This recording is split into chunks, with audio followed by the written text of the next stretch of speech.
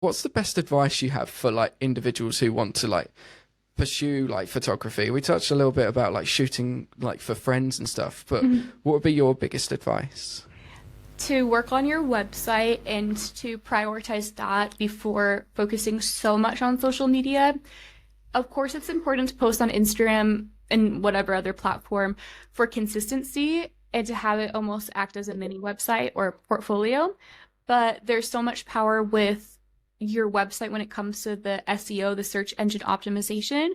And once you have your website up and running, it really does run for you 24/7, and you don't really have to touch it much after that. I mean, you'll want to add more galleries and blog posts type things, but once it's done, it's kind of done. You could do a tune up every year or so, Mm. but your website is the one thing online that you own. It's your real estate, whereas Instagram and TikTok, that is all rented, which is still amazing, but it's more of the idea that like once you have somebody on your website, they are exploring, the goal is that they're exploring the blog, which has your galleries or maybe your separate gallery page, and then your contact about me. Whereas with Instagram, you might have the most amazing Instagram account, but people are so easily distracted, and there's so many features to keep you on the app versus exiting out to clicking out to go onto your site from Instagram.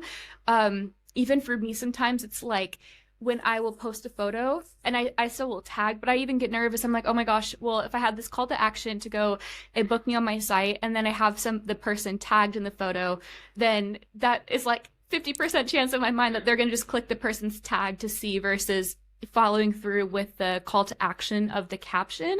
Whereas if I can have a blog post on my website be keyworded nicely, and to be talking about like a local booking in Seattle and then my gallery, and then I have all these buttons and calls to action within the post, they're way more likely to stay on my website and actually either go and book me or like do an inquiry on my contact form.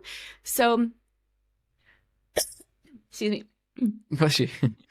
So I understand that Instagram is so much more fun to do, but your website is really the top priority when you're first starting out your business, or if you've been doing it for a while and you have known your website needs to be touched up or you need to click publish. That's really what you need to prioritize and get it done earlier in the year before it becomes like busy season.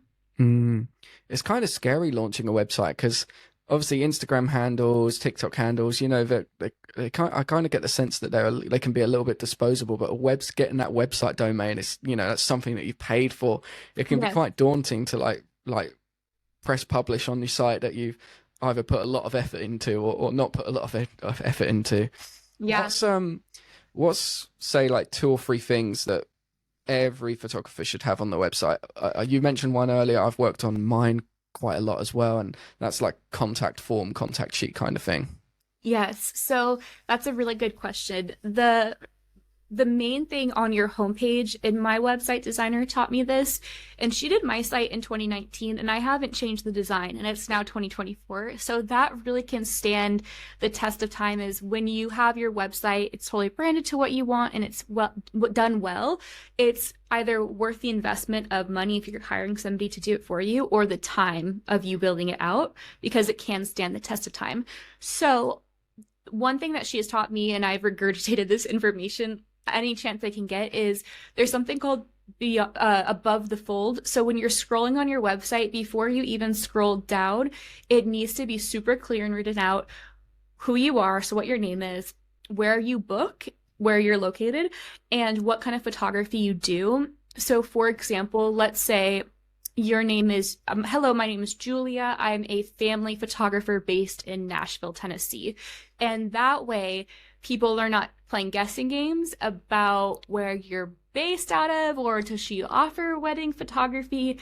We can get really caught up as artists to make our homepage very artsy and maybe just have a big banner of a couple, but you would be really surprised. And I've reviewed so many websites over the past couple of years that don't have this key information on the homepage at all, let alone before you even scroll down, because we have to think about it from the perspective of if you're a potential client who is Googling Nashville photographer and you have you're not interested really in photography, so you don't have one person in mind, you're just kind of shopping around, and if you have, they're going to have maybe 5 websites pulled up at a time, and whoever has the most clear information on their site is most likely going to be the one that they reach out to.